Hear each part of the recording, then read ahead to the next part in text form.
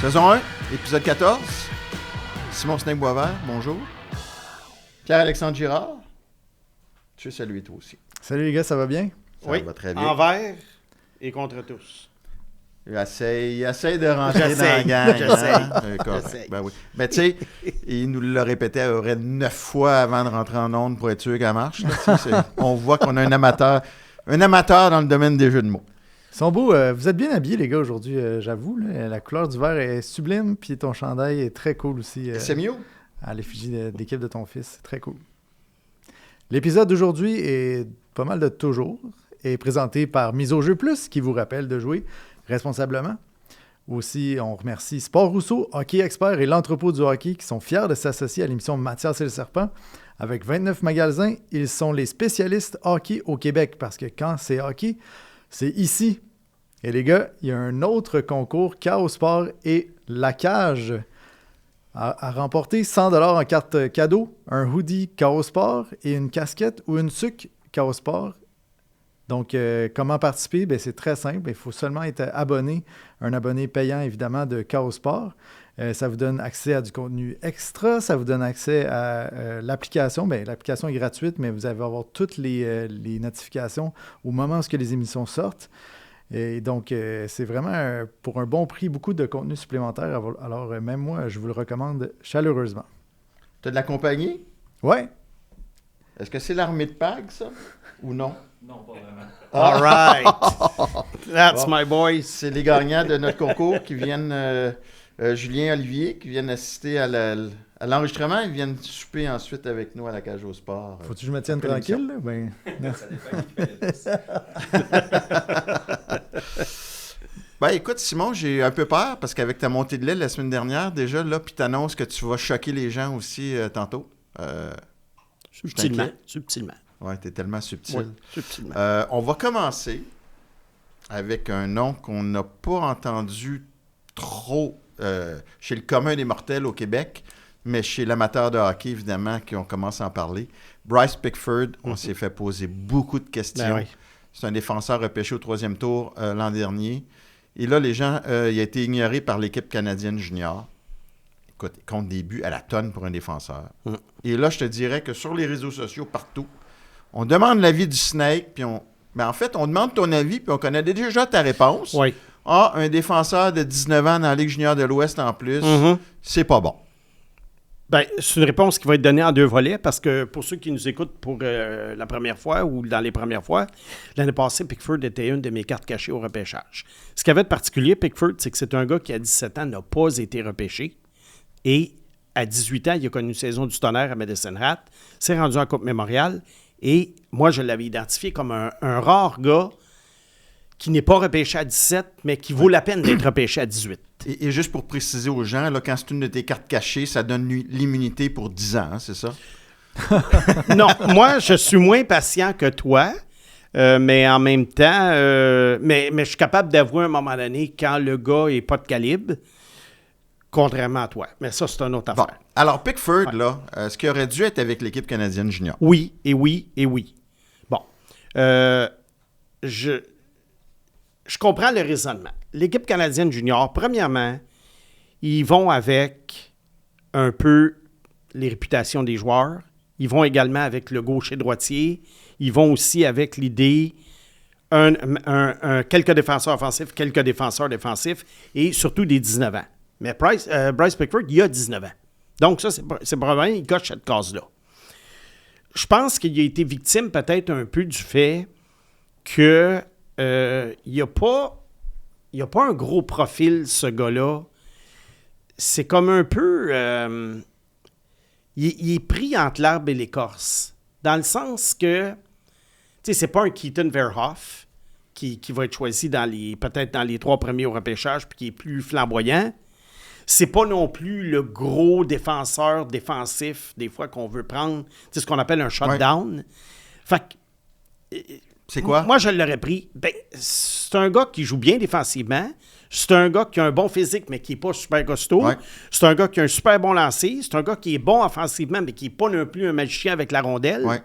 Fait que, tu sais, je pense qu'il est dur à caser pour une équipe comme Équipe Canada Junior en ce moment cette année. Et pour le Canadien, regarderais-tu sa fiche juste pendant qu'on... Je pense qu'il y a 24 buts, oui. 24 buts Oui, déjà? bon, En là- combien de matchs? Pour reprendre ce que tu disais tout à Ouais. l'heure, oui, il faut faire attention. Les défenseurs de la Ligue de l'Ouest à 19 ans, on a vu avec Josh Brook, les grosses statistiques, Justement, ouais. ça veut rien dire. Alors moi, ce qui se passe avec Pickford cette année, pour moi, c'est bien, mais c'est pas là dans ma tête que ça s'est confirmé que c'était un espoir. Ouais. C'est l'an dernier. OK. Quand je l'ai vu en personne à la Coupe Mémoriale, puis je me suis dit, ce gars-là, pour un choix ultérieur, parce qu'après les 2 premières rondes, on sait que c'est plus difficile de faire la Ouais. Ligue nationale, pour un choix ultérieur, je me suis dit, lui, il y a une chance. Contrairement à l'année d'avant que je t'avais dit, Atos Koivu, non. Ouais. On va en parler d'ailleurs de Koivu OK. tout à l'heure. Ouais. 24 buts en combien de matchs? 30 matchs. Ouais. OK, c'est quand même malade. Ça a pour un commencé défenseur. l'année passée. Ouais. Dans les séries l'année passée, ça se peut-tu 13 buts en 18 matchs ou quelque chose comme ça? Je te sors ça.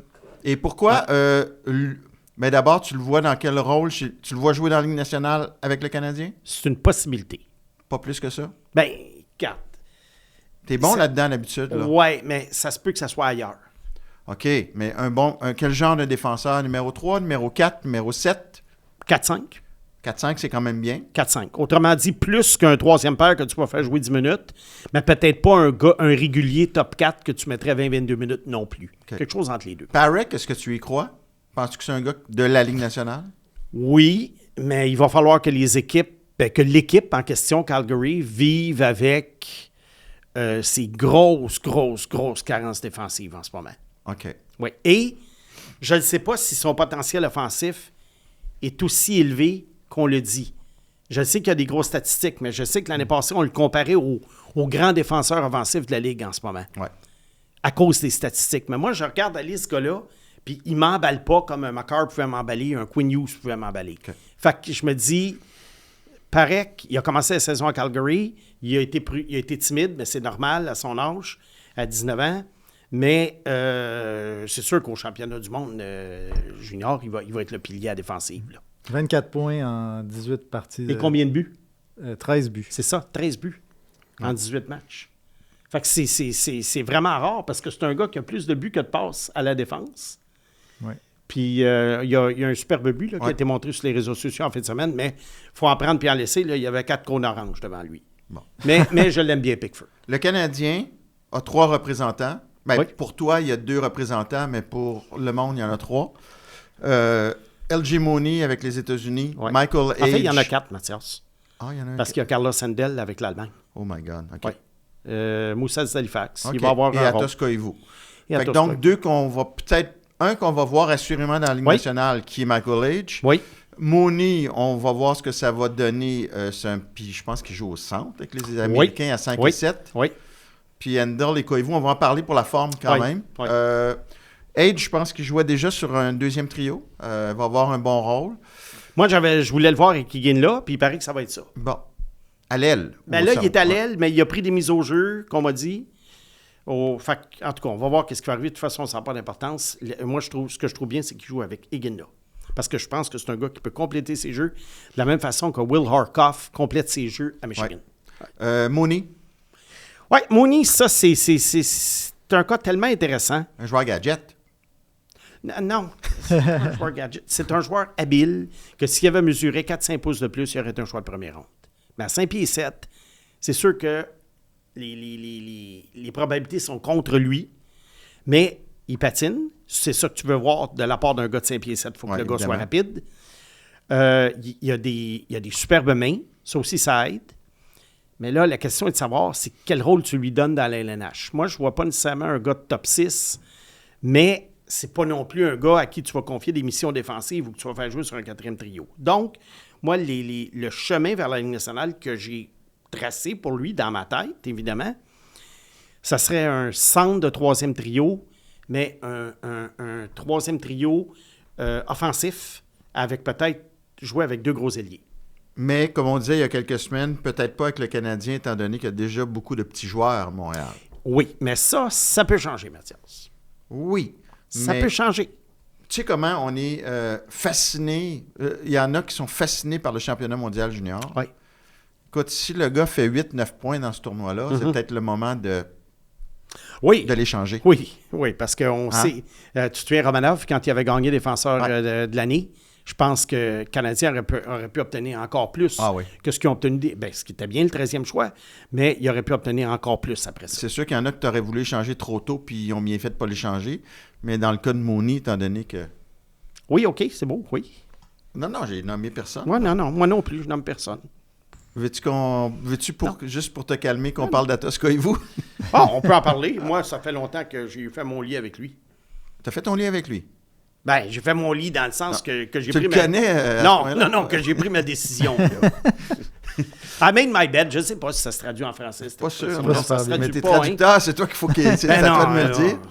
Carlos Sandel, là, ça joue à Halifax. Oui, Carlos Sandel, il se débrouille bien. Ça a été un choix de 7e ronde. C'est sûr que c'est grosse long shot pour faire la Ligue nationale. Mais des fois, ces défenseurs défensifs-là, tu ne sais jamais. Ouais. Parce que, à un moment donné, il se développe une niche. Puis, tu sais, je l'ai souvent dit, les défenseurs défensifs, tu ne repêches pas ça en première ronde parce que tu ne sais pas. Parce que des fois, il y en a qui, c'est comme les gardiens, ça sort de 5, 6, 7e ronde. Puis, oh mon Dieu, hey! Il y a eu une carrière comme 6e défenseur ou 7e défenseur. Puis lui, alors, écoute, je ne suis pas en train de te dire qu'il va le faire, mais c'est jamais impossible avec ces gens. Il paraît qu'il manie bien la rondelle. Là. Il handle bien la rondelle. Je savais. C'est trop facile. Il a juste dit puis je savais que je voyais le jeu de mots arriver. Je voyais la fiente arriver.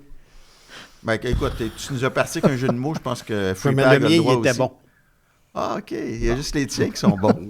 Parce que les miens sont plus spontanés. Là, on va peut-être mettre la table pour ce tournoi-là. Oui. C'est le fun à regarder parce que tu as plein de jeunes à regarder. Mais... Très bon divertissement. En 2024, les Blues de Saint-Louis avaient 7 joueurs. Oui. Puis l'année suivante, il y en avait 9. Oui. Puis sur les 7, les 2 meilleurs, c'est Dvorsky. Oui. Bon, qui a 20 ans, qui va avoir 21, mais qui c'est pas facile. Puis Snuggerud, qui est un joueur de milieu de formation. Puis on se disait, les Blues, tu sais, en principe, selon les apparences, auraient eu le meilleur noyau de jeunes parce qu'il y en avait un paquet au championnat mondial. Il faut faire attention avec ça, parce qu'oublie pas qu'il y a certains pays qui vont choisir des joueurs. Canadiens, 2019, il était 7. Oui, mais il y a certains pays qui vont choisir des joueurs un peu par défaut. 2019, là, écoute, il y avait Romanov, il y avait Suzuki, il y avait Ryan Poehling. Qui avait gagné le meilleur joueur du tournoi. Caden toi Primo. qui étais tout enflammé. Puis moi, je t'avais dit, Mathias, ça veut rien dire. Il est né le 3 janvier. Il a eu 21 ans. Josh Brook. Il m'écoute pas. Non, tu disais? Vas-y. Il y en avait un paquet. Non, il y en avait beaucoup. Puis tu regardes ce que ça a donné. Ah, il y avait Ikonen qui a été blessé juste avant le tournoi. Malheureusement. Il y avait Ionen. Il y avait Olofsson. Oui. Des gars que, tu sais... Des choix de deuxième ronde, quand même. Des choix de deuxième ronde. Au métro Longueuil, là, puis demande qui connaît Jacob Olofsson, là. Pas sûr qu'on va avoir du succès, là. Non. Puis tu regardes ce que ça a donné. Fait qu'il faut faire attention. Je me rappelle, c'est Martin Rivaille. Oui. C'est-tu avec la Tchéquie ou la Slovaquie? Ben, en tout cas, il jouait pour les Olympiques de Gatineau. 14 points. Écoute, on se disait, wow. Puis ça... Pout, là. Ça n'a même pas fait la... Ça avait de la misère dans... Je ne sais même pas s'il a joué dans la Ligue américaine. Regarde, admettons que Koivu, il va avoir probablement un gros rôle, là. Parce que la Finlande a un papier top 6. Admettons que Koivu va chercher 8-9 points. Là. Puis là-dedans, il y a 5 points contre la Lettonie. Tu penses-tu qu'il va aller chercher des points? Ouais? Non, mais mettons. Là. Mettons. Okay? Puis là, il y a 5 points contre la Lettonie. Là. Tu sais que j'ai pas fini d'entendre parler. Là. Oui, puis... Ben, c'est ça. Mais là, c'est long éteindre le feu. Non, mais Mathias, c'est le serpent. Ça mais non, fait mais là, de... il renaît de ses cendres. Puis là, je suis obligé de rééteindre le feu. Mais ça puis là, fait partie de la job. À acheter d'autres extincteurs. Puis là, à un moment donné, quand le gars retourne en Finlande 3 ans plus tard, là, finalement, je souffre. Oui. Puis là, je cherche les gens qui vont s'excuser, puis personne ne s'excuse. Ça fait partie de la job. Le pompier, justement, avec des il éteint le feu. Ben, Mathias, c'est le serpent. Mais le serpent, il faut qu'il éteigne les feux aussi.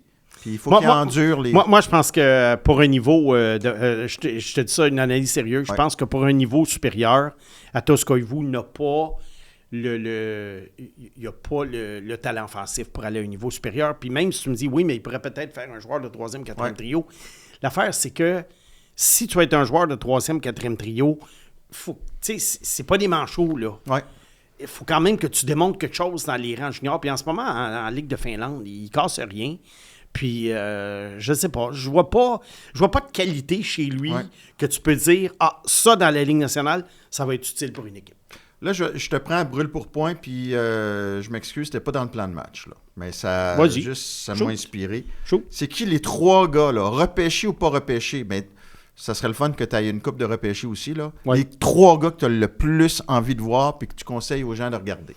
Ben, c'est sûr que moi, c'est toujours les joueurs de 16-17 ans Mais qui m'intéressent. ouais. Mais il y en a beaucoup qui ne joueront pas beaucoup. Fait que je pourrais dire Keaton Verhoff, mais est-ce que Keaton Verhoff va jouer beaucoup? Il est sur la 4e paire. Parce que c'est un défenseur qui risque d'être repêché dans les 3 premiers. Probablement. Puis Si c'est pas premier. OK. Puis dans ceux qui sont repêchés, là, des gars que tu veux suivre. Puis Il t'es joue curieux. sur la 4e paire, mais il va être repêché dans les 3 premiers. Bon, c'est souvent ça. Ouais, je veux c'est dire, passé il y a 17 ans. Schaefer, par exemple, il jouait vraiment beaucoup. Oui. À Ouais, son- mais là, c'est pas Mais le là, même. Schaefer... Je sais, mais c'est juste pour Schaefer, situer, là. il y a une planète d'où il vient. Là, pour- D'ailleurs, Ouais. c'est ça. Moi, quand je disais qu'il n'y avait pas de course au Calder au début de l'année, là, on a mangé des tomates, là. Hein? Pas grave. Ah oui, Tu vois? je sais. Non, c'est pour ça qu'il se passe c'est un 17 ans, puis il y a une hiérarchie là-dedans à suivre. Puis c'est juste la raison. C'est la seule raison. Mais peut-être que s'il joue bien en début de tournoi, il va forcer la main de son entraîneur. Ouais. Alors moi, je dirais, écoute, en espérant qu'il joue, je te dis, Verhoff, évidemment, Ouais. que je vais surveiller. Mathias, Trevor Conley pour les États-Unis. C'est sûr. Là, il joue où, là? Avec qui, là? C'est Ben, il joue le pour- 4e trio? Non, il va être sur le top 6, probablement le premier trio. Mais là, il est encore au dernier nouvelle. En fin de semaine, il jouait pour Henderson Ouais. là, dans la Ligue américaine, mais il va aller rejoindre l'équipe US. Et puis, j'ai lu qu'il serait un des... Tu fais être excité rare, là, hein? Non, parce que je m'en fous de ça. Quand même qu'il fait 20 points, je m'en fous, il y a 19 ans. Sauf que ce que ça me donnerait un peu, ça me donnerait un break avec des gens comme toi qui crient au flop. Hey, le gars, il est dans la Ligue américaine à 19 ans. Puis je me fais, je me J'ai-tu fais crié demander. au flop, moi? Non, mais moi, je lis les questions des auditeurs, Ouais. puis je vois ta face quand on fait le podcast. Puis là, ça Ah, mais ça faut- sent le flop. faut bien que je te ça. craigne Ça un peu. sent Faut le bien flop. que je te Non, craigne mais, un petit peu. non, mais les auditeurs qui l'ont dans leur pool, là, ils sont tout énervés. Là, je leur dis, en quoi est-ce un flop? Il est dans la Ligue américaine. Moi, le serpent, c'est comme une poupée, là. Je la crains, là, avant l'émission, là. Ça fait meilleur chose. Oui, mais tu me feras pas fâcher cette semaine. Qui d'autre que... Non, tu vas juste me dynamiser, mais Ok. tu vas me faire rire plus que Bon. d'autres choses. Ben, qui à part de Connelly, là? Ben, c'est ça. On peut dire que tu m'as pris vraiment à brûle Ouais, pour hein. point. Mais il y en a un autre. Il y en avait un autre 17 ans. Tige là, non? Non, il y en Dans avait, les un autre, il y en repêchés, avait là. un autre 17 ans que je voulais voir. Carson Corrales, le défenseur du Canada. Qui Ils en devrait ont être dans le pris top pas mal 10. de jeunes. Oui. Non? Oui. Ben, Verhoff aux États-Unis, c'est-à-dire au Canada, oui, ça, Carrells, les deux. Le Canada a pris des ouais, gens, Canada, c'est rare, oui. Il joue aux États-Unis, Verhoff, mais c'est un Canadien. Oui, ils ont pris 2-17 ans à la défense. Bon. Mais je ne sais pas s'ils vont avoir du temps de glace. Puis évidemment, Caleb Desnoyers, qui est le seul représentant du Québec, ça va Oui, être intéressant à ça va être surveiller. Je ne intéressant. sais pas encore quel rôle on va lui donner. Regarde, c'est un 18 ans, peut-être 3e trio. OK. Parce que ça a l'air que Cole Baudouin va jouer beaucoup, là. Oui. Prépare-toi, là. Cole Baudouin. Puis là, tu vas D'accord. entendre ça. Baudouin, score! Je mélange tout le temps Puis les l'année deux, prochaine, là. sais-tu où est-ce qu'il va être, Cole Baudouin? Dans la Ligue américaine, puis il va en arracher. Puis moi, ça me fascine tout le temps de voir ça. Puis on va faire l'exercice après le championnat du monde. Ça va faire partie du Serpent en liberté. On va faire l'exercice, les joueurs de l'année passée de 19 ans, Ouais. de l'édition de l'an dernier, où est-ce qu'ils sont rendus cette année? Puis par rapport Parfait. à d'autres, comme Ben Kildell, qui n'a pas fait l'équipe, mais qui est dans la C'est Ligue fou nationale pareil, en ouais, ce moment. ouais, ouais. Mais la gang de 19 ans, ils sont tous dans la Ligue américaine quasiment. Ouais. Fait que c'est ça qui va arriver à Cole Baudouin, mais qu'est-ce que tu veux? Ça va être l'idole du réseau TSN. Ben, c'est un peu comme t'as un de tes préférés, là. Nick Suzuki était à l'aile sur un 3e trio avec l'équipe Oui, canadienne. il n'a rien fait. Il n'a rien fait, puis il arrive dans la Ligue nationale. Puis les Morgan Frost qui dominaient. puis, Voilà, exactement. ouais. Exactement, c'est ce que tu essaies de me faire dire. Mais j'embarque parce que c'est quoi? C'est fair and square, puis tu as raison. Puis c'est le temps des fêtes. Ça va Oui, être puis bonne tu as humeur, raison. puis- Tu as raison, Suzuki avait rien fait. Puis dans les années qui ont suivi, il a complètement perdu dans dans la brume Ouais. les gars qui étaient meilleurs que lui au championnat. Exactement. Fait que ça, ce championnat-là, il faut le prendre comme un bon divertissement. Brett Leeson a eu Brett plus Leeson. de points que lui. Il est Oh. rendu où, lui? Je ne sais même pas s'il est dans la Ligue américaine. Il me semble, je ne sais pas pourquoi je suis tombé sur son Ah. nom dernièrement. Je ne sais même plus si... Il pourrait faire partie de notre sondage, lui aussi, avec Oui, Jacob Brett Olofsson Leeson. au métro Longueuil, là. Oui, un gars qui avait été repêché sur le tard d'ailleurs. Ouais. Un peu comme Tanner Pearson. C'est très rare, là, les gars qui sont repêchés à 19 ans. Mais c'est ça. Fait que pour moi, ce que j'ai à dire aux auditeurs, c'est un bon divertissement. Ouais. Évidemment qu'il y a des matchs plus intéressants que d'autres. Tu sais, tu regardes ce tournoi-là, il y a 20 matchs préliminaires. Tu sais, le Danemark contre la Lettonie, ouais. Mais ce que je trouve intéressant, par contre, pour, mettons, les recruteurs, puis même les recruteurs d'équipes juniors, Ouais. comme moi, c'est que des fois, c'est bon, tu vois des joueurs du Danemark, exemple, contre le Canada, Ouais. Mais tu vois comment ils se débrouillent, puis ça donne une idée s'ils peuvent venir jouer junior l'année prochaine. Alors, il y en a Exactement. des gars qui se sont trouvés des postes dans le hockey junior canadien grâce à des bonnes performances au championnat junior, même si leur équipe se faisait démolir 10-0. Ouais, intéressant. Une autre façon d'apprécier le tournoi, les gars, c'est avec Mise au jeu plus, qui nous offre le pari pour connaître les meilleures probabilités pour une équipe de remporter. Alors, les deux favoris, sans aucune surprise, sont le Canada et les États-Unis, avec une cote égale à 2,6. S'en suivront ensuite la Suède, la Finlande, la Tchéquie, la Slovaquie, la Suisse, l'Allemagne, la Lettonie et le Danemark. OK. Ben, regarde, dans les 2 dernières années, j'aimais vraiment pas l'équipe canadienne. Cette année, je l'aime beaucoup. Il y a une couple de petites omissions là, qui me dérangent un peu, mais pas plus que ça. J'espère que Michael Misa, en passant, va être là. Ça me Macklin Celebrini n'a pas été invité, c'est incroyable. Ni Matthew Schaefer. Ni Mathieu Schaefer. On fait des blagues, mais ils sont admissibles. Si jamais il ne gagne pas l'or, là, allez pas parler de remettre en question le système de développement. Ben non. Là, tu sais. Schaefer, Seneca, Celebrini, puis Ben Kindle. Tu rajoutes ces Imagine. 4 gars-là au Canada. Aïe, aïe, aïe. Ben non, ça ne sera même pas un tournoi. Mais considérant ce qu'on a à notre disposition, je pense que 2,6 c'est une bonne cote. Puis moi, cette année, je prévois une victoire facile. On ne peut jamais dire ça parce que ce n'est pas des 4 de 7, là, c'est un match. Mais je prévois une victoire du Canada. Puis je suis assez fort là-dessus. Même avec Trevor Connolly avec les États-Unis. Oui, puis Cole Hudson, mais je pense que les Américains manquent de profondeur. Alors, même si Hudson et Connolly vont être dominants, d'après moi, dans le tournoi, surtout Hudson, je vois le Canada parce que le Canada, dans les buts, ils ont... c'est très fort là, avec Ivan Kovic de Michigan. Il n'y a pas vraiment de faiblesse dans le Canada cette année. Alors, d'après moi, c'est le retour de la médaille d'or ici. OK. Ouais. Gros échange cette semaine avec un gars, puis là, je vais le dire, un message d'intérêt personnel aussi. Un gars qu'on avait tous les deux. 3e chez le Canadien en 2018. C'est notre choix avant le repêchage.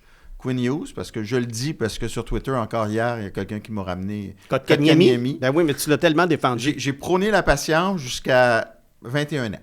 À 21 ans, j'ai arrêté, mais Quinn Hughes était mon choix. Pas plus loin que 21 ans? Non. Non, il me semble, ça. Non.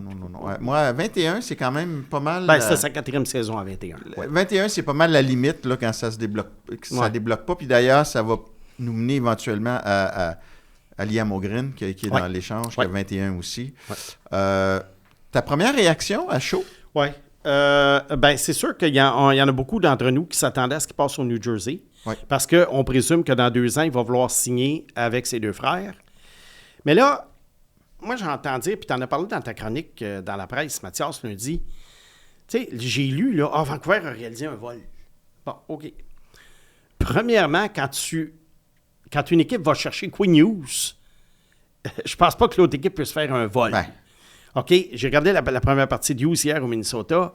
Il était une présence sur 2 sur la glace. Il était dominant. Puis tu sais, Quinn Hughes, là, c'est un gars, il est rapide, il a des mains. Fait que lui, il n'a pas besoin de recourir à des petites feintes sournoises, là, comme des petites danses, là, pour se faire valoir. Laisse-le aller. Fait que, comme si tu n'as rien entendu, là, ça y fait du bien. Fait que c'est ça. Il est en arrière de toi, là. Alors, l'idée, c'est que il s'agit de savoir, premièrement, les 2 équipes sont à des cycles différents. Minnesota, il va pour la Coupe, on le voit, même si ça va être difficile parce qu'il va falloir qu'ils battent Dallas et Colorado. Et Vancouver, définitivement, vont faire partie de nos sujets de discussion des prochaines années. Parce que, d'après moi, c'est la prochaine équipe en reconstruction. Ouais. Bon. Alors, de ce côté-là, on va analyser un petit peu le retour. Bien, premièrement, il faut donner pour recevoir. Tu sais, souvent, quand on parle que le Canadien doit aller chercher un 2e centre, il y en a qui nous sortent des affaires. Bien, là, il ne faut pas donner Caulfield, il ne faut pas donner... pardon? Même les gens ne veulent pas donner Age. Oui, Il ne faut pas donner Michael Hage, il ne faut pas donner Ryan Backer, il ne faut pas donner Fowler. Écoute, il faut que tu donnes quelque chose pour recevoir. Puis la preuve, c'est que Minnesota a quand même donné beaucoup, dans le sens que Minnesota a perdu de la profondeur avec ça. Mais ils n'ont pas nécessairement, dans l'immédiat, ils ne se sont pas affaiblis. Parce que Ziv Bouyum, aussi bon soit-il, il y avait des problèmes défensifs depuis le début de l'année. C'est une recrue de 20 ans. Et à Vancouver, là, il va avoir le temps de se développer, alors que Quinn Hughes, en plus d'être un produit fini, là, c'est une superstar. Quinn Hughes, à 26 ans, remplace Bouillon. On est d'accord? C'est réglé. Oui. Alors, Rossi, t'as toute une mise à niveau. Là. Oui. Là, Rossi au centre, t'as un jeune au Minnesota qui va bien.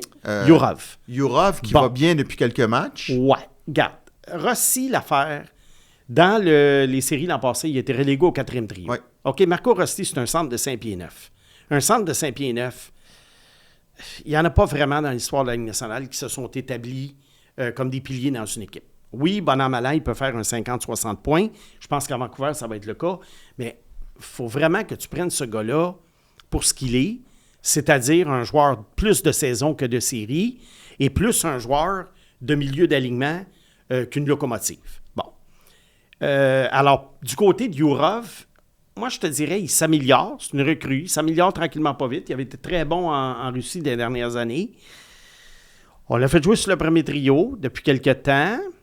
Regarde, c'est pas évident, mais si on lui donne une chance, parce qu'on présume qu'il est sur une bonne lancée. Mais pour le moment, de ce que j'ai vu dans les derniers matchs, c'est correct, mais c'est pas digne d'un champion de la Coupe Stanley.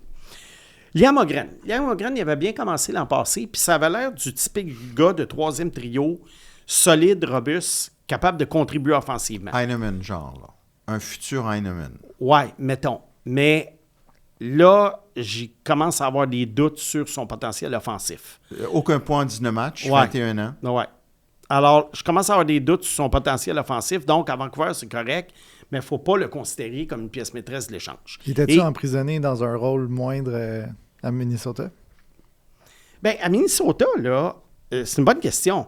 À Minnesota, ce qui arrive, c'est que, tu sais, c'est pas une équipe dévastatrice offensivement.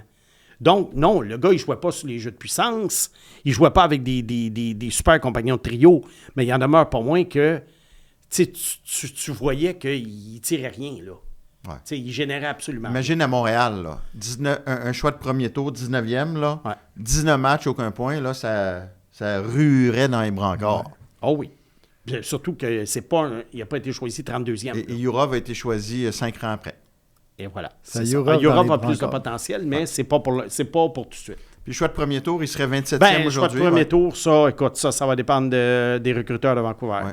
C'est eux autres qui vont faire en sorte que... C'est comme San Jose quand il avait obtenu le choix de New Jersey pour Timo Meier. Ouais. C'était le 26e, mais ils sont allés chercher Quentin Musty. Fait que ça, c'est comme aller chercher un choix top 10. Bon, on verra, là, oui. Oui, en passant, juste pour vite, Igor Chernyshov, rappelé par les Sharks de San Jose cette semaine, départ canon à 20 ans dans la Ligue américaine. On le dit souvent, les attaquants dans la Ligue américaine, quand ils vont être bons dans la Ligue nationale, ils n'y restent pas longtemps. Snake, tu sais, il fait semblant de faire des mea culpa, mais ceux qui aiment, ils continuent de les aimer. Et ceux qui n'aiment pas, comme Hudson, il met le chandail, mais il continue de dire que c'est des petits... Non? Je ne sais pas de quoi tu parles. Moi, je suis rendu 5e compteur à parler. Chez les défenseurs, puis tu craches... Il t'a rien fait en passant, le garçon. C'est un bon petit gars. Oui. Mais son plus gros défaut, c'est de jouer pour le Canadien. On analyse le hockey. Oui. OK, on analyse le hockey. On ne parle pas de la personnalité des joueurs. Il y a aussi de la psychologie là-dedans, là. Ta psychanalyse est la mienne. Et la psychanalyse de Pag. Il y a tout est là-dedans. Tout est dans Mathias et le serpent, là. Ça va au-delà du hockey.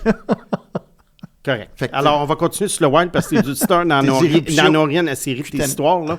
Mais le Wild, la position difficile dans laquelle Bill Guérin s'est mise, c'est que là, il va devoir battre Dallas et Colorado. Les probabilités de ça sont quand même relativement minces. Et admettons qu'il est éliminé en première ronde, ce qui est possible, bien là, on va dire, mauvais échange. Ouais. S'il récidive l'année prochaine, éliminé, et que Quinn Hughes s'en va comme autonome, on va dire, qu'est-ce qu'il a fait là? Ouais. Mais moi, je pense pas. Moi, je pense que c'est un bon move qu'il a fait, parce qu'il y a une chose aussi. On a tendance à croire que Quinn Hughes est parti dans 1 an et demi. Attention. La convention collective a changé. À partir du 15 septembre, il ne sera plus possible d'offrir des contrats de 8 ans. Ça va baisser à 7 pour l'équipe dans laquelle tu joues et 6 ans pour un gars qui devient autonome. Donc, Quinn Hughes, là, il part de la possibilité d'avoir un contrat de 8 ans l'été prochain à 6 ans l'été 2027. Ouais. Ça peut être quelque chose. Bon point. Et surtout aussi, pour les joueurs, ça a l'air bien important en ce moment, et les agents, d'avoir des gros bonnets de signature. On l'a vu comment on réussit, on le fait avec Hudson et tout.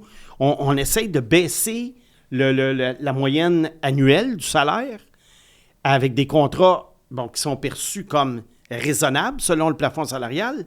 Mais quand on analyse la structure du contrat, le gars, il obtient beaucoup d'argent upfront, là, avant même d'avoir... en bonnet de signature. En bonnet de signature. Ouais. Et ça, c'est de l'argent, évidemment, que tu peux placer. C'est de l'argent aussi que, dépendant de ton lieu de résidence, tu peux le recevoir à cet endroit-là, donc moins taxé. Fait que ça dépend où tu habites au moment où tu as le boni. Fait que je pense que Minnesota, c'est une bonne ville de hockey aux États-Unis. Je pense que c'est pas certain à 100% que Quinn Hughes ne reste pas. Par contre, Quinn Hughes, ça va être quoi? 14-15 millions? Ils ont déjà Kaprizov à 17, même si le plafond monte. Ouais. Est-ce que tu veux avoir deux gars à 31-32 millions? Je ne sais pas. Puis Guérin n'avait pas le choix. Écoute, dans cette section-là, le Wild est 4e au classement général de la Ligue nationale et 3e dans la section. Fait que tu n'as pas le choix d'essayer quelque chose pour passer Dallas ou Colorado qui vont être là au deuxième tour. Ça va être dur. Puis moi là, ce maudit système-là, ça me tue parce que, imagine-toi, dans cette division-là, c'est assuré qu'après la première ronde, il y en a un parmi Colorado, Dallas, Minnesota qui est parti. Mais nommez-moi un amateur de hockey qui ne regardera pas la première ronde des séries. Oui, mais tu veux que les meilleures équipes soient là plus tard. Je sais pour l'aspect pur du hockey, mais l'aspect marketing, mise en marché, tout le monde va être accroché à la série après pour le restant des séries. Ouais. Bon, je trouve pas ça juste, en tout cas. Donc, finalement, le Wild s'est pas saigné. Non. Puis Vancouver a quand même des éléments pour... Parce qu'il y en a qui vont dire, New Jersey, pourquoi pas New Jersey? OK, Simon Nemeth aurait pu être... Et Dawson Mercer. Ouais, mais peut-être que Dawson Mercer, il le voit comme un ailier. Peut-être que pour eux autres, Rossi est meilleur. Moi, j'aime mieux Mercer, personnellement. Mais peut-être New Jersey ne voulait pas le donner. Tu sais, à un moment donné, quand tu fais des échanges comme ça, faut que les deux équipes se rejoignent. Il n'y en a pas un qui est là pour rouler l'autre dans la farine. Non. Les deux sont là pour essayer de dire, moi, j'ai ça, toi, puis moi, j'ai ça. Comment je peux t'aider, puis tu peux m'aider? Il aurait pu avoir Cole Hudson, peut-être avec Connor McMichael et quelque chose d'autre. Oui, bien écoute, Washington, ça aurait été normal qu'il fasse un échange comme ça, étant donné la fin de la carrière de Ovechkin qui approche. Mais en même temps, je pense que en bout de ligne, ils vont être contents d'avoir Cole Hudson dans quelques années. Dès l'an prochain, ils vont être très contents de l'avoir. Gros candidat à la recrue de l'année en passant l'an prochain. Bon, ben écoute, si tu le dis. Hein? On mettra ça dans la mise au jeu. OK. Cole Hudson. Parfait. Sors-moi les odds 200 contre 1 en ce moment. Good. Mon beau petit serpent d'amour, tu as réussi à te contrôler tes émotions, à sortir un peu de venin sans nommer le joueur visé. C'est bien. Tu as un beau contrôle dans le premier bloc. Puis maintenant, on te lâche lousse pour le serpent en liberté. Je pense ce que ça va donner, mais allons-y. Je vais commencer par quelque chose. S'il y en a qui se demandent pourquoi on n'a pas parlé du congédiement de Kevyn Adams dans le premier bloc, directeur gérant de Buffalo, c'est parce que ça s'en vient dans le troisième bloc avec l'équipe de la semaine. J'ai dérogé un petit peu à mon plan de match. On devait parler de Colorado, mais on va parler des Sabres de Buffalo et on va faire le bilan de M. Adams. On aurait besoin de 3 émissions. Ouais, mais regarde, moi j'ai une demi-page de notes, puis ça va être pas pire.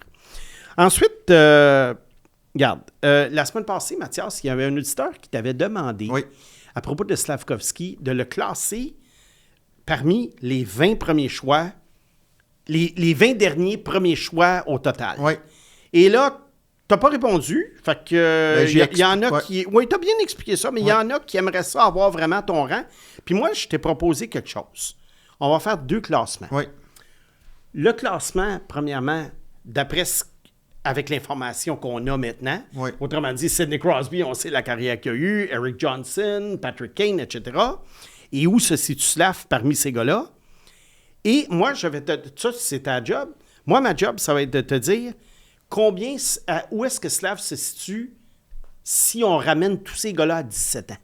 Autrement dit, ce qu'on pensait de ces gars-là à leur année de repêchage. Ouais. Alors, je t'écoute.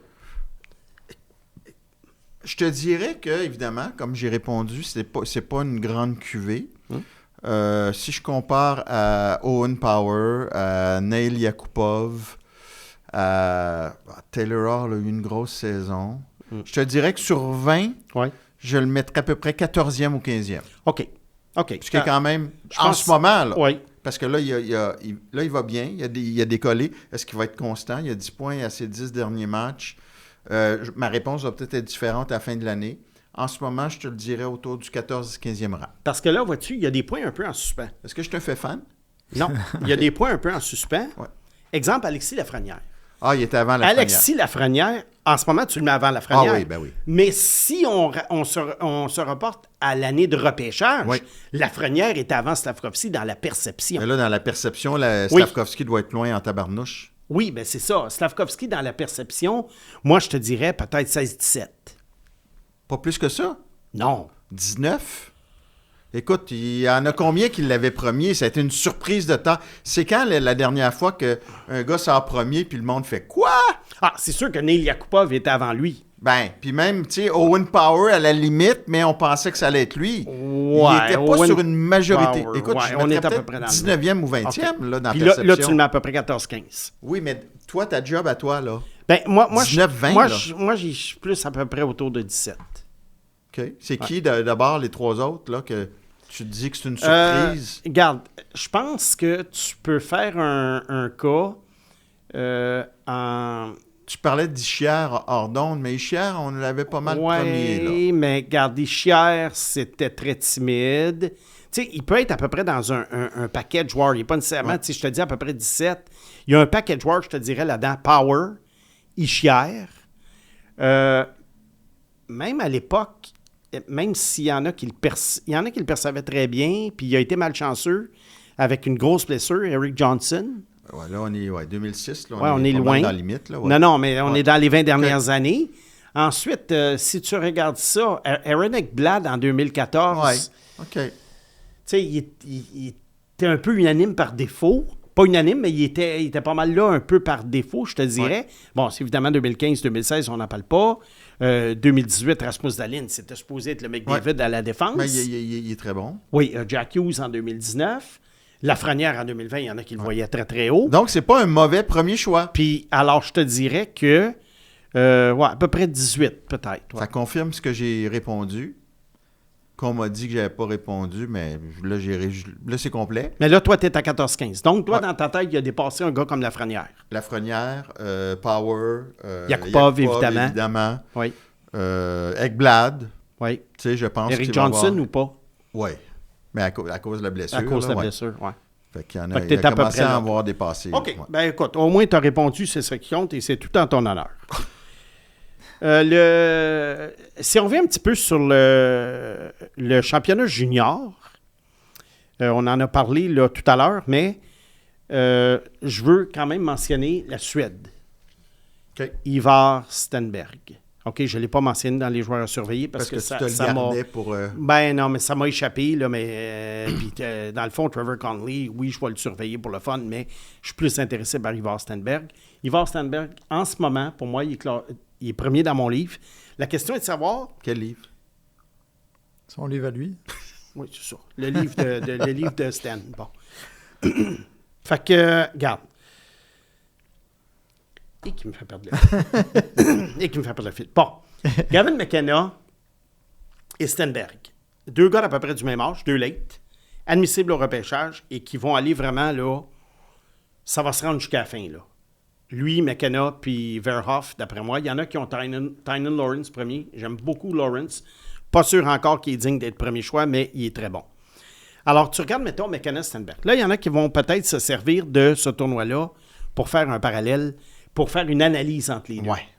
Là, si McKenna fait, mettons, 12-13 points, puis que Stenberg en a 6-7, il y en a qui vont régler le deux cas puis qui vont dire « Ah, ben c'est un McKenna, finalement. » Mais toi, Attention. Moi, je pense pas que le tournoi va m'influencer. Stenberg, je le regarde aller, j'ai vu presque tous les matchs cette année. C'est un gars qui est aguerri. C'est un gars qui, bon, il n'est pas du niveau des Célébrini et compagnie là, dont on vient de parler, les premiers choix, mais j'aurais aucun problème à choisir ce gars-là premier parce que c'est une version... Il y a des habiletés qui se rapprochent de celles de McKenna, parce que McKenna, il a quand même des mains, puis c'est un passeur incroyable, mais tout le reste de son jeu est mieux. Il est plus fort physiquement, même s'il n'est pas tellement plus costaud, il est plus fort physiquement, il est plus impliqué, il ne joue pas en périphérie, puis tu vois qu'il est prêt pour la Ligue nationale. Il va avoir 19 ans l'an prochain. Moi, je le trouve meilleur que Frondel l'an passé, qui a été choisi 3e par Chicago. Stenberg, je le vois dans la LNH de le mois d'octobre. Pourrait aider Vancouver, ça? Ça pourrait aider Vancouver, en effet. C'est le frère d'Otto, qui est d'ailleurs dans l'organisation des Blues de Saint-Louis. Bon, alors ça, c'était ma parenthèse. Un rappel de Chicago suite à une malencontreuse blessure de Connor Bedard dans la dernière seconde de jeu, imaginez-vous, à la mise au jeu, dans la troisième période, dernière seconde de jeu. On a rappelé Nick Lardis. Nick Lardis, qui était un des meilleurs joueurs de la Ligue américaine. C'était une de mes cartes cachées du repêchage de 2023. J'espère, je ne sais pas si on va le retourner, mais c'est un gars, moi, que je vois dans le top 6 des Blackhawks. Ils ont vraiment besoin d'attaquants. Puis pour entourer Connor Bedard. Puis j'espère que c'est pas la dernière fois qu'on voit Lardis dans l'uniforme. Ça pourrait être long, hein, Bédard? Le coach a prévenu que ça pourrait être long aussi, là. Ben là, il est sur la liste des blessés pour une semaine. Est-ce que ça va compromettre ses chances des Olympiques? On verra.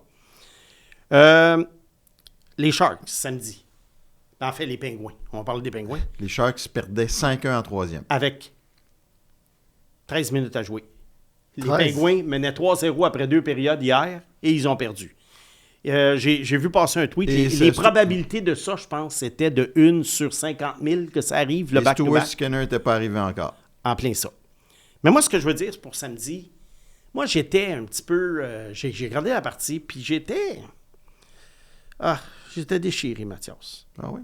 Parce que autant comment j'étais content de voir les joueurs des Sharks, tu sais, se développer comme ça, puis c'est des choses... ils gagnent 3 à ton goût, là. Là, ils gagnent 3 à mon goût, parce que pour moi, il y avait encore besoin d'un autre gros choix cette année. Mais en même temps, quand tu as Macklin Celebrini dans ton équipe, qui est rendu un des meilleurs joueurs de la Ligue, tu peux pas rester dans la cave. Le gars contrôle le jeu à profusion. Là, Will Smith est blessé, malheureusement. On espère que c'est pas trop grave. Mais vraiment, les Sharks, je pense que je vais faire mon deuil d'un choix élevé. Je suis déçu. Je voulais avoir un défenseur, un Verhoff peut-être, parce que je trouve qu'à la défense, en ce moment, c'est très mince. Anaheim est bien en avance sur eux autres de ce côté-là. Il va commencer à triper sur Vancouver. Là. Il va haïr les Sharks, c'est fini. Ben, 2 bêtes de la mer, là. On est dans la même thématique. Oui, les Orcas, là. Oui. Regarde, ça ne sera pas la première fois que ça arrive. Moi, je passe d'une reconstruction à l'autre. Toi, là, t'as dit que... Je passe d'une reconstruction. Puis des fois, il y a des clubs en reconstruction qui deviennent très bons. Plus infidèles que ça. Puis rendu bon, il ne m'intéresse plus. Ouais. Je me souviens, la reconstruction des Nordiques, moi, j'avais suivi ça avec un intérêt, là. Sundin, Lindros, Nolan. Puis là, Pierre Lacroix, il a commencé à faire des échanges que j'aimais pas. Il échange Sundin, il échange... Ben là, j'ai dit, coudonc, Lindros est parti, Nolan est parti. Bon, Forsberg, c'était bien, là, mais... Là, j'ai dit, c'est pas ça, une équipe. Nos poules de hockey, là, je l'ai déjà raconté. C'est pas une vraie reconstruction. Ils changeaient les Crosby, les McKinnon. Ah ouais, donc. Puis rendu au Colorado, là, quand ils ont gagné, mon intérêt avait disparu. Ah oui, hein. Fait que j'ai comme l'impression que si les Sharks ou les Ducks gagnent à un moment donné, je vais être déjà rendu à Vancouver. Ah, bien avant qu'ils gagnent, là. Ouais. Là, c'est fini, c'est leur dernière année, là. Regarde, Musty, Chernyshov, je l'ai dit, Chernyshov rappelé. Regarde, on va voir, mais là, les Ducks... Ils sont sur leur dernier 1000. Mais les Ducks, c'est fort, là. Regarde, je ne sais plus quoi penser de tout ça. Bon, je suis découragé. Avant de passer à notre joueur du passé, je voulais mentionner 2 choses. J'aime beaucoup les suggestions, des fois, de sujets dans les commentaires. Des fois, on nous pose des questions, mais c'est trop long pour répondre dans le bloc des questions. Alors, il y a 2 choses, moi, que j'ai gardées en tête et qu'on va passer dans le Serpent Liberté après les fêtes. La semaine passée, j'ai parlé du Thunder d'Oklahoma City, 24 victoires, 2 défaites, comment ils ont été bâtis, leur directeur gérant qui est absolument spectaculaire. C'est un sujet, on va faire des parallèles avec le hockey après les fêtes. Et il y a un autre auditeur qui m'a demandé, c'est très très long là, son commentaire sur YouTube, mais finalement, il voulait savoir comment j'évalue les joueurs en détail. Parce qu'il dit... Il y a bien des joueurs, c'est facile de voir les qualités évidentes, le patin, les mains et tout. Mais comment tu peux détecter un joueur, mettons, qui a des qualités plus subtiles et que là, on va dire dans la Ligue nationale, ah ben tel gars, il est tellement bon défensivement. Comment je m'y prends pour analyser ça? Comme Kapanen, genre. Là. Oui, comme ou Evans. Suzuki, ou en tout cas, tous vos joueurs préférés, les boys, là. Fait que, alors ça va être mis sur on va mettre ça sur le feu là, après les fêtes. Ça va prendre en feu, hein? Oui. Mon joueur de la semaine, un Québécois. Un Québécois qui n'a jamais joué dans la Ligue nationale. Guy Rouleau. Oui. Si tu me permets, Oui. juste pour... Vas-y, mettre la table. Luc Robitaille en a parlé dans Spit and Chicklets. Oui. Moi, Antoine, mon fils, quand il prend le volant, là, il n'écoute que ça. Il nous écoute pas. Fait que là, on fait le... Non, non, il nous écoute aussi. Non, il nous écoute. Il nous écoute, mais il nous a déjà écouté dans l'auto quand on va au chalet. Oui. C'est tout le temps ça. Spit Et and Luc Chicklets, Robitaille lui a rendu un bel hommage Ben à oui. Guy Rouleau, qui est Ben décédé trop tôt. Ah, tu vends mes punchs. Ben, c'est pas Oh. vraiment un punch. Non, c'est pas un punch. C'est triste, là. Cut. Non, mais je voulais en parler à la fin, mais en tout excuse-moi, cas, excuse-moi. on commence un Ah peu ouais. par... J'aime ça raconter l'histoire chronologiquement. Oui, mais là, parce on que- déconstruit. Là, Ouais, comme ouais, les mais, grands mais moi, je suis cinéastes, là. chronologique, là. Moi, je raconte mes... C'est rare que je fais du... On fait du Fellini, là, ou du Ouais, mais moi, je Lars suis von loin Trier. d'être là. Fellini. Moi, je suis 1, 2, 3, 4, 5, 6, 7, 8, là, tu sais. Bon, Inception. on déconstruit. Alors, on déconstruit. Alors, vu que tu en as parlé, Guy Rouleau, décédé à l'âge de 43 ans en 2008 d'un cancer du cerveau. Ça, c'est un gars, bon, né en 1965.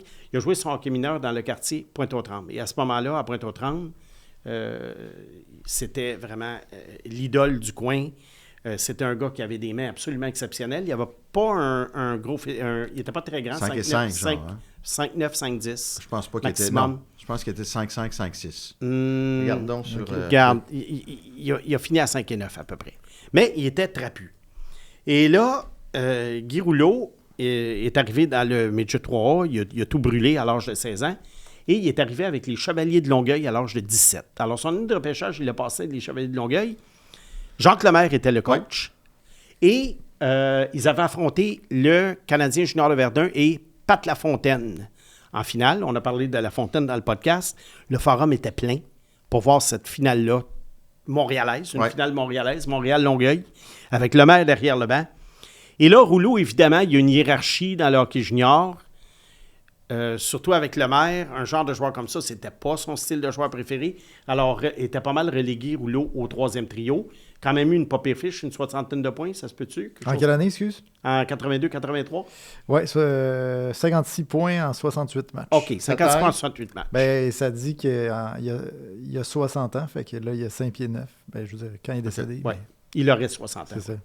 Alors voilà. Alors, Rouleau, évidemment, n'a pas été repêché parce que à cet âge-là, dans cette époque-là, si tu mesurais 5 pieds 9 puis tu n'avais pas 175 points, on oublie ça. Mais là, Rouleau s'est retrouvé avec les Olympiques de Hull.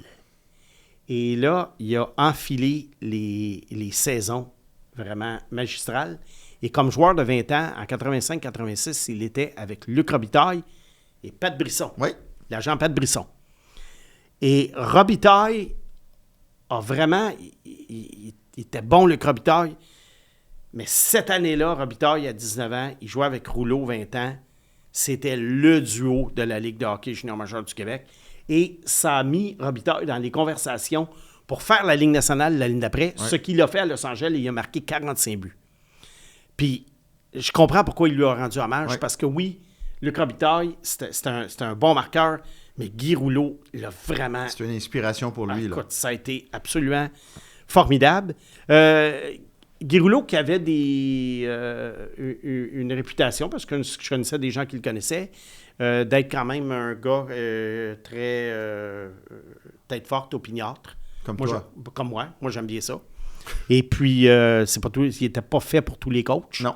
Mais c'est correct. J'ai rien, parce qu'il performait sur la glace. 191 points l'année. Ouais. 191. Ce qui est le fun dans cette histoire-là aussi, c'est que Luc Robitaille est allé à Los Angeles, repêché par les Kings. Pat Brisson, qui aspirait à quelque chose à ce moment-là, il dormait sur le divan chez Luc Robitaille, lavait des limousines, commençait à faire des t-shirts. J'avais raconté l'histoire dans la presse il y a longtemps. A commencé à faire des t-shirts de Mario Lemieux. De fil en aiguille, comme ça, il s'est fait des contacts, puis il est devenu, il est devenu un des plus l'agent gros dans le business. Ouais. Probablement le plus gros dans le hockey en ce moment. Alors, c'est ça. Fait que Rouleau, finalement, pour la suite des choses, il a été signé par les Jets de Sherbrooke, qui était la filiale du Canadien de Montréal dans ce temps-là. Avec les Jets de Winnipeg. Oui, c'est ça. Il partageait. Il y avait également les Oilers d'Edmonton, je crois, qui l'avaient invité au camp puis qui l'avaient laissé aller. Et là, moi, je me suis dit, bon, là, Rouleau, voilà ta chance. Va-t'en à Sherbrooke. Va faire 80, 90, 100 points dans la Ligue américaine. Puis ta carrière va décoller. Tu sais, on ne Va peut faire pas ton ne pas te rouleau remarquer. Va faire ton rouleau Quand compresseur. même été là. bon. Hein, il a quand même eu une bonne saison à Sherbrooke, Pag. La deuxième saison, en 76 matchs, il a fait 73 points, Voilà. 26 buts, 47 passes. Un point par match. On recommence. Mais- Un rouleau compresseur. Oui, mais ça décollait pas. Et finalement, Rouleau est parti en Europe. Il va avoir une belle carrière là. En Suisse, hein? Oui, il est parti en Suisse. Mais il a passé par la ECHL avant. Oui. Pardon. Là. Ouais, il y a tout ça, Ouais. il a joué dans toutes sortes de ligues. Là. David Dernay est passé par là aussi. Exactement. Et il est revenu au Québec au milieu des années 90 pour jouer au roller hockey. Les 40 ans et plus doivent se souvenir que Montréal a eu une équipe qui s'appelait les Roadrunners et il est venu jouer au roller hockey avec Yvan Cournoyer comme coach. Alors, sa carrière de hockey s'est terminée là et une dizaine d'années plus tard, il est malheureusement décédé. Et d'ailleurs, tu as parlé d'un autre joueur, ancien joueur, Patrice Lefebvre, qui a Lefebvre, joué oui. au roller hockey. Qui a joué lui aussi. Et toi, lui, Lefebvre et Lebeau, une couple d'années plus tard, Ouais. étaient un duo semblable à Rouleau-Robitaille. Ouais. Mais moi, je me dis une chose, puis j'enlève rien à Luc Robitaille. Mais si Robitaille a fait 700 buts dans la Ligue nationale, comment ça se fait que Rouleau n'a pas joué? Parce qu'on les regardait même, comme Voilà. avec Lefebvre, on les regardait même pas à C'était ça. cette taille-là. C'était ça. Puis, tu sais, le Malheureusement. Canadien l'avait dans sa cour quand même à Sherbrooke. Tu sais, je veux dire, c'était pas, pour les plus jeunes, là, c'était pas dans la culture du recrutement Non. de s'y intéresser. Alors, le gars pouvait faire 200 points, puis c'était toujours, tu faisais un bien neuf. Quinn Hughes et Lennart Sud ne joueraient pas dans la Ligue nationale. Ben non. Impensable. Impensable.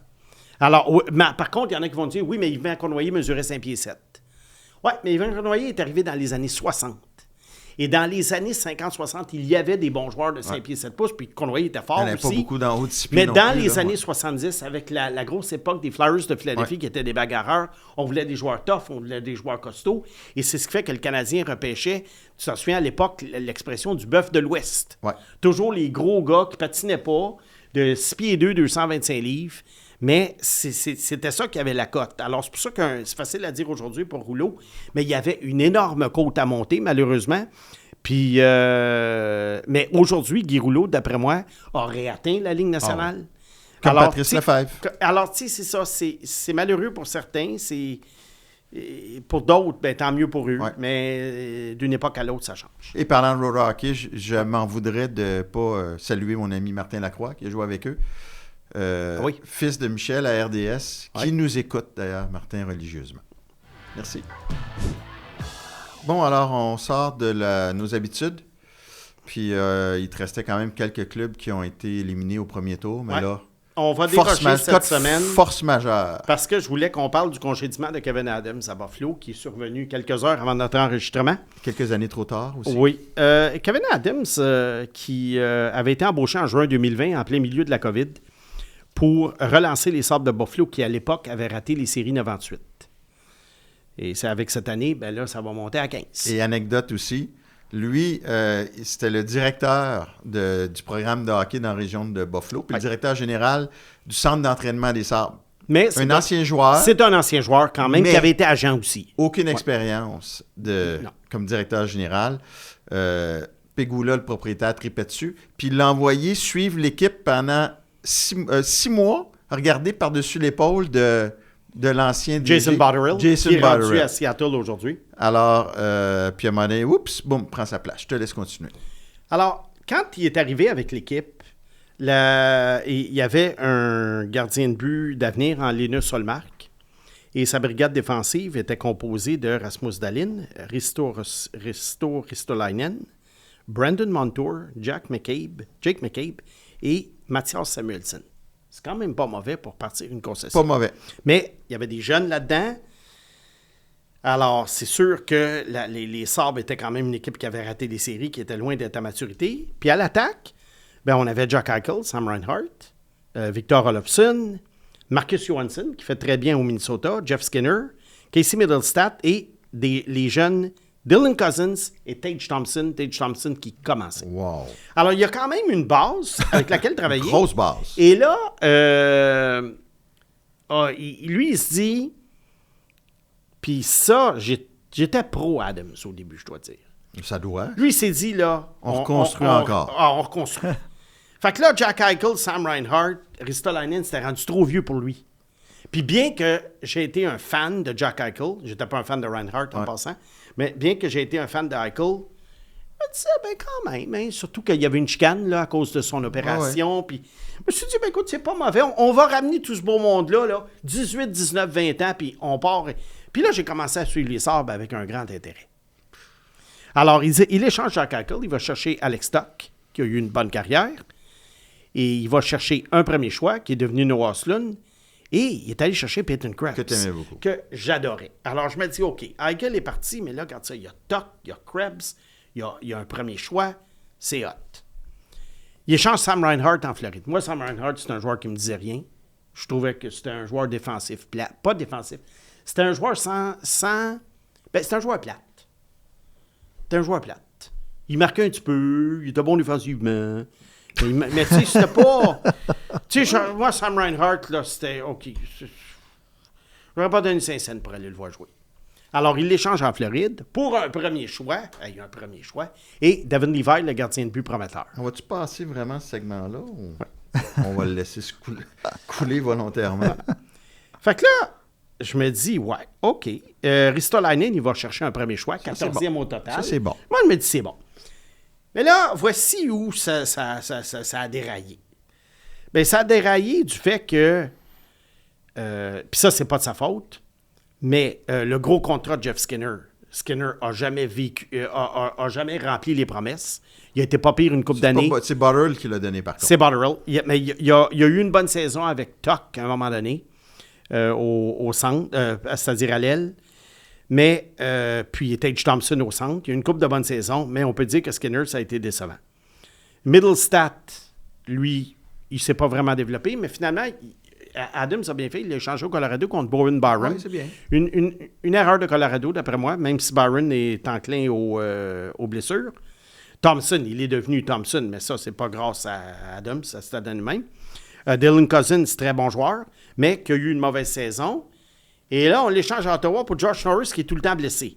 Alors, un des pires échanges des dernières années dans la Ligue nationale. Et, fait que, là où ça a vraiment pas marché, j'ai regardé les repêchages d'Adams. Je sais, c'est pas lui le recruteur-chef, mais c'est quand même lui qui est responsable de l'embaucher. Alors, voici ce que ça a donné. En 2020, 2021, 2022, il y a eu 7 choix de première ronde, dont le premier en 2021, Owen Power. Owen Power, je m'excuse, là, mais il n'est pas vraiment bon. OK? Il y a de la misère à pivoter. Alors, j'ai jamais compris. C'est vrai, là. C'est vrai, là, je le regardais une fois au Centre Bell, là, puis je me disais, mon Dieu, le gars n'est pas capable de pivoter. Premier choix au total, ça n'a aucun sens. Avec le choix de Ristolainen... Tu l'avais combien, Power? 7-8. Moi, c'était Luke Hughes cette année-là, ouais. mon joueur. Pas C'était pire. Luke Hughes, oui. C'était pas une grosse année, non. Mais jamais Luke Hughes. Fait que 14e, tu as cherché Isaac Rosen. Isaac Rosen qui, là, il monte, il descend, il descend. Là, oublie ça. 2020, Jack Quinn et J.J. Peterka. Début deuxième ronde. Jack Quinn, pas pire à ses débuts, mais là, ça a pas mal, en tout cas, ça a pas mal fini ça finit pas mal en queue de poisson. 2022, 3 choix de première ronde. Matthew Savoie, Noah Östlund, Jiri Kulich.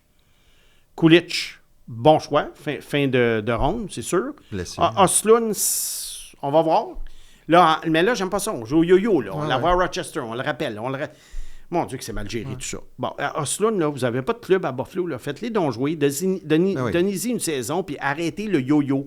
C'est terrible jouer au yo-yo avec des jeunes joueurs comme ça. Mathieu Savoie, il s'est repris en l'échangeant à Edmonton pour Ryan McLeod. Ryan McLeod, qui est un bon joueur de milieu d'alignement. Mais c'est un choix top 10. Mais c'est un choix raté au 9e choix. Mathieu Savoie.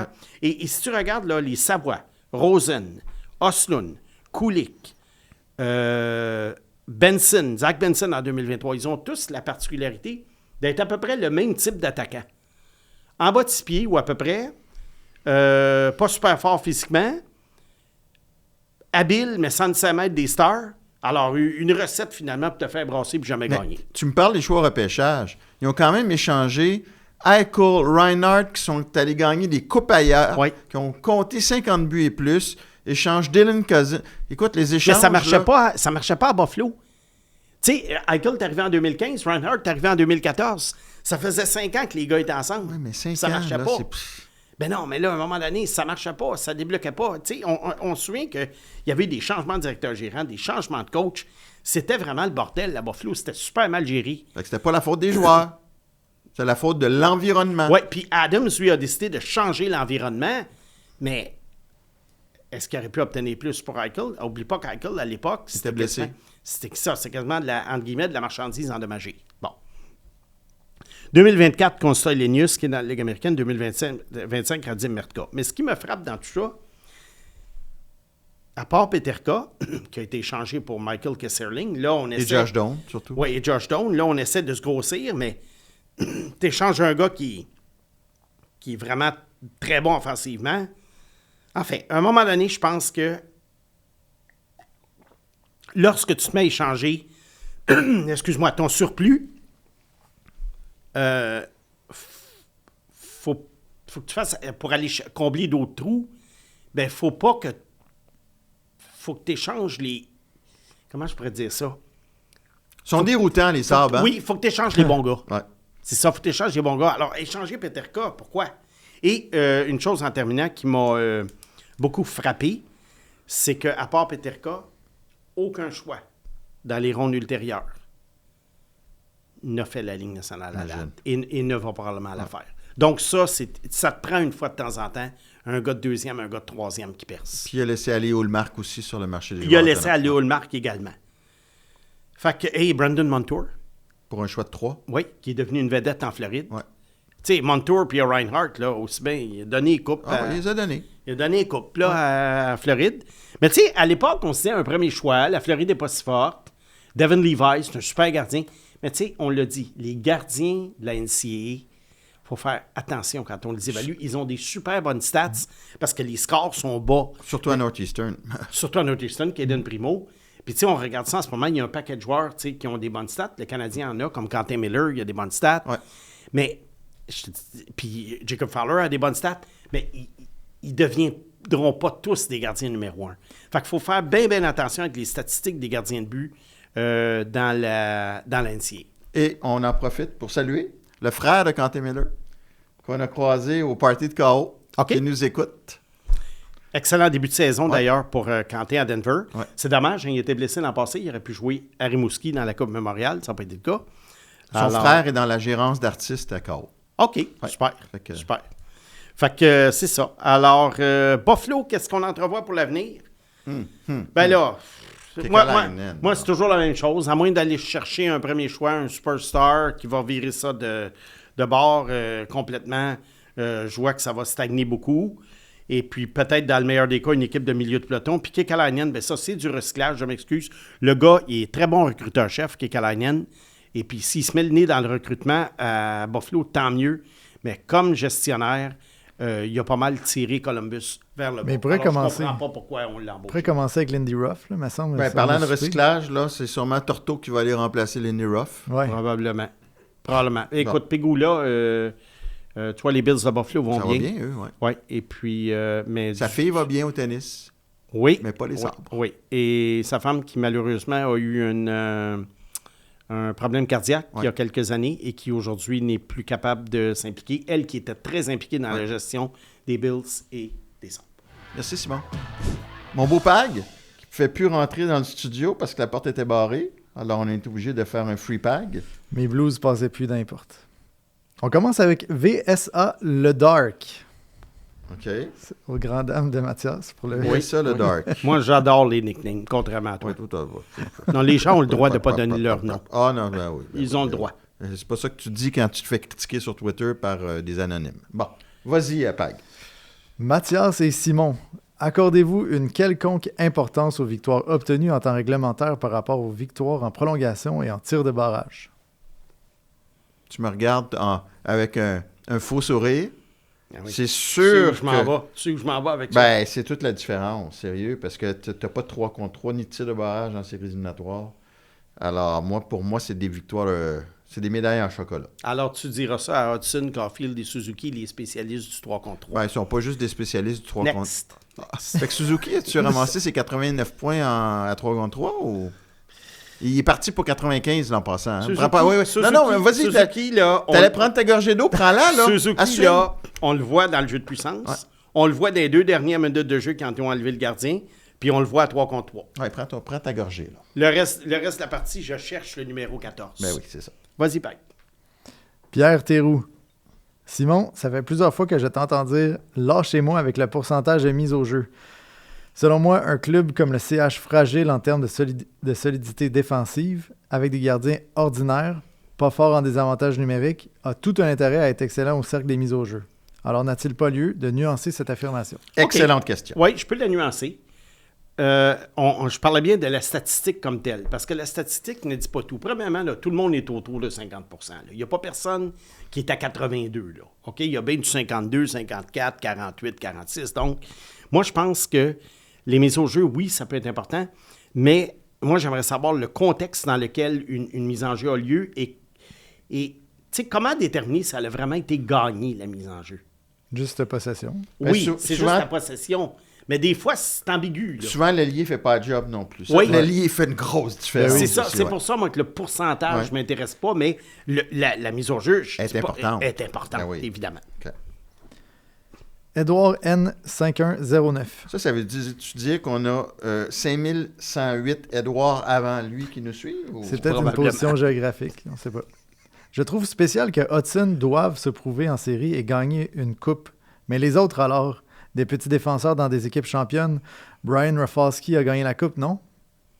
Brian Rafalski, qui mesurait quoi, 5 et 7, 5 et 8? 5 et 9. 5 et 9, oui. Tout petit, Brian Rafalski. Très bon défenseur offensif. Alors, moi, ma réponse à ça, elle est très, très simple. C'est que Brian Rafalski, il n'y a personne qui en parlait. Lane Hudson, c'est Dieu. Alors, oui? c'est juste ça mon point. Ouais, on est à Montréal aussi. Là. C'est normal que les gens aiment leur équipe, Simon. Oui, Ils ont le droit. Oui, ils ont le droit. Mais le point, c'est pas ça. C'est que je pense qu'à un moment donné, les joueurs ont les exigences qu'on va avoir envers eux, la pression qu'on va leur mettre sur les épaules est proportionnelle au piédestal sur lequel on les met. Alors moi, c'est juste ça mon point. Mais je pense qu'ici, puis pour nos auditeurs de Mathias et le Serpent, on le sait que c'est un excellent joueur offensif. Puis tant mieux, c'est une première paire qui peut jouer contre les gros trios adverses. Voilà tout. C'est correct. Il y a consensus, non? Ouais. Fair enough. Parfait. Fair enough. OK. Bon, mais déjà, notre souper à la cage avec Julien Olivier approche. L'émission régulière se termine. Il va rester l'extra. Puis pour mettre l'eau à la bouche de ceux qui ne sont pas encore avec nous sur KO, Ben oui. qui ne nous suivent pas chaque semaine notre petit 45 minutes d'extra, Pag, veux-tu leur mettre l'eau à la bouche? Oui, mais d'abord, permettez-moi de remercier nos partenaires L'Auto-Québec, Mise au jeu, Sport Rousseau, Hockey Expert, l'entrepôt du hockey, fier de s'associer à notre émission avec 29 magasins. Ils sont les spécialistes hockey au Québec parce que quand c'est hockey, c'est ici. Une question de Marc Boisclair. Dans quel monde Tim Stutzle est-il meilleur que Nick Suzuki? Nick Suzuki est de loin un joueur plus complet et il est en voie de surpasser en production pour une 2e année de suite. Is this a joke? Oh, c'est tout bon. Salutations à tous. Ah, je peux pas croire qu'on va devoir attendre, puis que les gens vont devoir se déplacer sur KO pour avoir la réponse.